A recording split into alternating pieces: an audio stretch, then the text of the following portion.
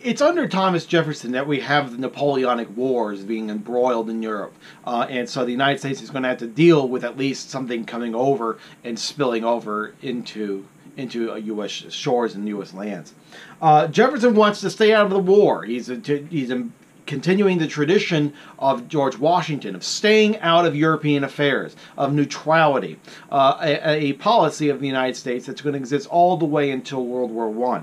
But nonetheless, Jefferson has to deal with American ship seizures, blockades, and impressment of American sailors. But nonetheless, in June of 1807, it really gets Jefferson moving to action.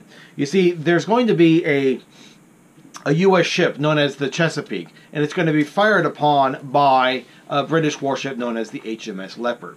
This incident is basically a good way to study, good example to study of how not to desert from the military. All right, the first thing that you do if you ever desert from the military or escape from prison is you don't hang around. You go as far away from the military presence as possible. And then, of course, when you do that, you don't need to worry about the second thing you don't do, and that, of course, is taunt your former commanders. Well, unfortunately, in 1807, in June of 1807, 4 sailors aboard the HMS Leopard are going to jump ship in Norfolk, Virginia, and they are going to basically say jump onto the Chesapeake. And now that violates rule number 1. You're staying too close to your former comrades. Rule number 2, they violate because they actually start taunting their former officers. Well, the Chesapeake does what boats do. They have to sail. A ship in a harbor doesn't make money, so they start sailing. And of course, the HMS Leopard follows right behind. And the Leopard fires upon the Chesapeake to get them to stop, but of course the Chesapeake refuses to, and the resulting action is that 3 American sailors are killed. Now, this is going to enrage Jefferson. The one thing that Jefferson hates, it's the English. He is a big-time France lover, a Francophile. He loved French wine so much as president that when he ran his wine bill up to the point of debt, that he actually paid part of it by donating part of his books to the Congress. So we begin the Library of Congress.